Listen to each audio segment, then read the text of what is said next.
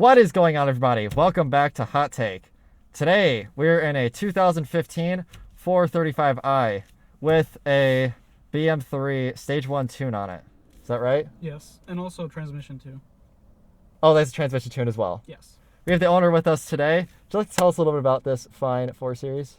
So I picked this up about a month ago. I have done no modifications to it. It is Stage 1. Transmission is tuned 2. It has a little bit of burbles turned on, but you can barely hear them. It has a lot of maintenance items done to it, like the oil cooler gaskets, the charge pipe, and the valve cover gaskets. Perfect daily driver, pretty fast for the streets, making about 380 horsepower to the crank, supposedly, and that probably translates to about 330 or 40 wheel horsepower. Yeah, this thing is pretty fun.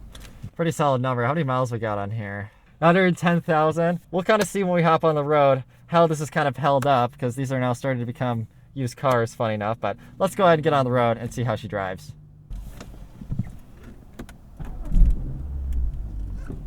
Ooh, that is quiet. We'll start in automatic mode. Some initial impressions. Wow, this thing is very comfortable. Comfortable and quiet. Not just the ride, because it's very supple over these bumps, but it's also very ergonomic.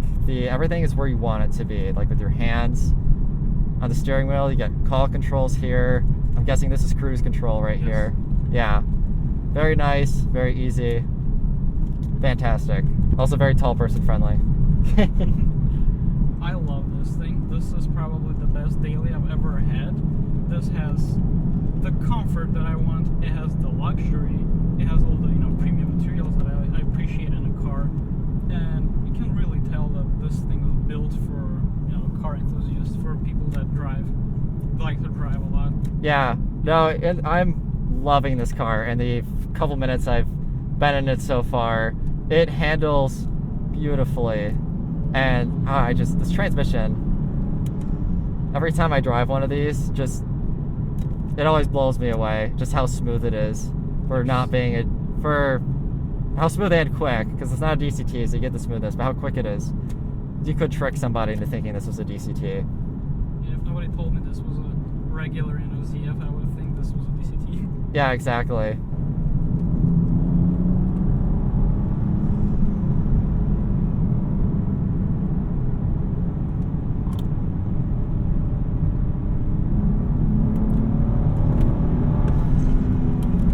Ooh, there we go.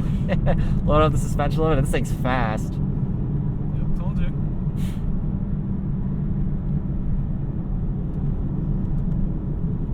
That's awesome. So I hear a little bit of like the whooshing. Is that from the intake? Yeah, it has the BMS cold air intake. Yeah. It makes that pretty sound when you let off the throttle after some heavy load. Try third. Ooh, yeah, third's a very short ratio.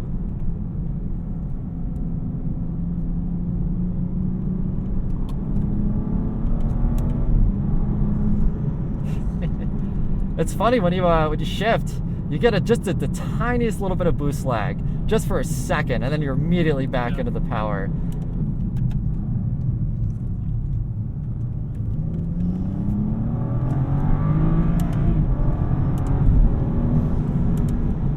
Wow, the whole car shifts under power. Very potent. And you can tune these transmissions to shift even faster.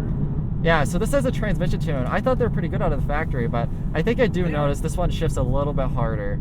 This one is not as much for performance, it's more for longevity. So like they tune the transmission to, I think, to make like more pressure in the lines or something, to preserve the clutch packs. So it's not primarily performance based. It's just for preserving the car, because it's making more power. It's just to accommodate for the extra horsepower it's making. Yeah, help everything get all lubricated and stay cool, I'm sure. Yeah. So at 110,000 miles, this thing's held up pretty well, I think. There's a little bit of like kind of door card here of someone, like a dog, had their way with it, or mouth. They all did that, yeah. Oh, do they all do that? Yes, it's a common issue with these. It's I think an issue with F chassis though. Like generally. Yeah, it's always BMW with the freaking door cards, man. They just always have issues with them. But I mean, these are now like used cars. I mean, 2015. You know, this is almost a 10-year-old car. It's 8. And usually by the time I think a car gets like 8, 10 years old, you kind of start seeing some of the like, okay, this is what held up, this is what didn't. You can see what's starting to kind of wear out. And honestly, all things considered, I don't think it's that bad. No, I mean, not at all. there's the DRLs, which kind of sucks, especially because those are so expensive. Extremely expensive, yeah. This is, I guess. I could care less about that if that's the only issue I'm gonna have in the interior. Yeah, but like the steering wheel's nice, the shifter's nice, this plastic is all nice. Like, I'm sure not all of them are like that, but I mean, it's generally held up. There's no rattles in this car at all.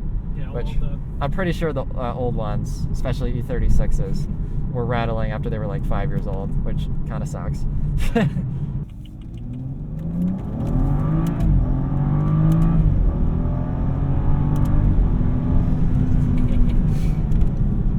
Woo! There we go. Very good torque. Love that. Once again, the ZF 8-speed just being a fantastic transmission. It's just the goat. Yeah, put that power down immediately. Yeah, especially if you turn off the traction control. Yeah. It drifts the rear a little bit. It'll let you kind of slide out a little bit before it gives you any any correction. Yeah. But I try not to drift this thing around because it's an all-wheel drive. This thing's fast, dude. That time I felt the pull from the front end. From that corner over there. Yeah, it pulls to the right for some reason when you give it a lot of torque. I don't know why. Okay, so alright, because I felt like the steering wheel, I'm kind of pushing it this way. Yeah, I think it needs an alignment a little bit. Let's pull it to the right. That could do it. Oh, especially with all-wheel drive, yeah, alignment could definitely kind of throw that off. Yeah. The N55 is a really good engine, and you could definitely tell in this car where there's a lot more refinement over the N54. 54 was also still a pretty good engine. Maintenance and cost of ownership notwithstanding. Yeah, and I think that was the biggest difference, I think, in the N55 from the N54 was they kind of fixed a lot of just like the dumb problems that, you know, the coolant expansion tank above the turbo, like the things that were just causing premature failure of all the consumables. The injectors are a big thing too, because they have a lot of problems with injectors on the N54s. This one, you know, knock on wood, you know, it's not wood. Cheap plastic, yeah. Knock on cheap plastic, it doesn't have any issues with injectors, because injectors are pretty expensive on the N54s. Unfortunately, that era of BMW kind of gave them a reputation for making junk, even though they pulled it back quickly after. Which, in the defense of the consumers, they kind of did. But BMW thought it'd be a good idea to let their customers be their testing for the R&D, which didn't really pan out all that well. Well, that's how you get progress. Yeah, it's true. That is how you get progress. Because, I mean, if you really try to do all the R&D beforehand, by the time, I look at the LFA, by the time you get the product out to market, it's already outdated. It's too late, yeah. Yeah, so there is an argument to be made for that, but unfortunately it just didn't fare that well.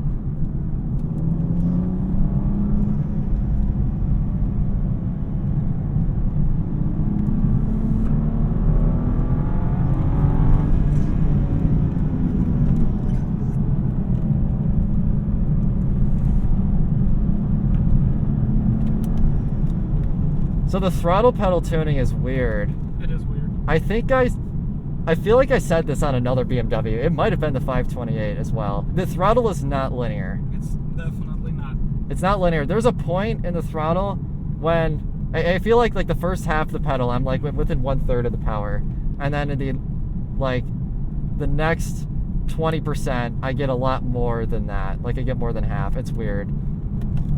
I've read somewhere that it's not linear. It's logarithmic. So like the more you progress, like the more throttle you get, or something like that. So like it goes like 10% is actually 10%, and then 20% is like 30%. Yeah. And then 50% is almost like 90.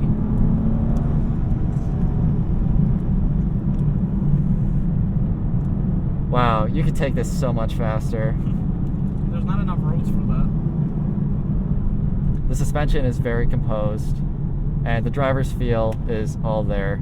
Outside of the transmission, I mean, there's only so much you can do to get around this and this, but the steering has considerably better feel than most cars from this era. I'm not going to say it's as good as the classic mid-2000s sports cars, but that's not really a fair comparison to it.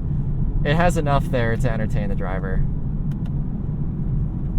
Yeah, a lot of people say this thing does not have any steering feel on reviews. I disagree. I partially agree, but like not fully. Yeah, like it's not crazy. You don't get a crazy amount of feel, but I wouldn't say it's completely numb. I don't think that's fair. It's still there. It's just not as pronounced. There's so much momentum when you get off the gas. The car just kind of shifts backwards. Could probably use some coilovers in the future.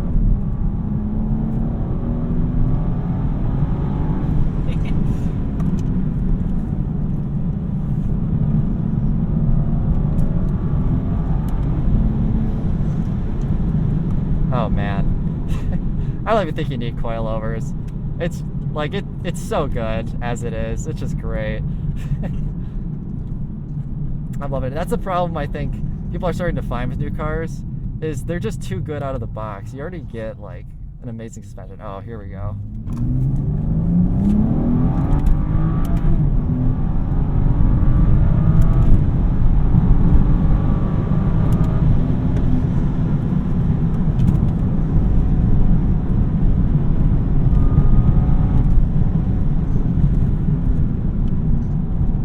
That's what this car was made for. Big, sweeping turns at high rate of speed.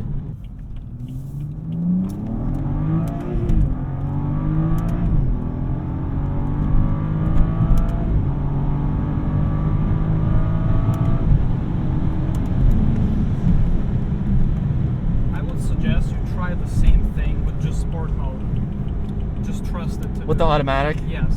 We'll do that going the other way. It does a better job than we do.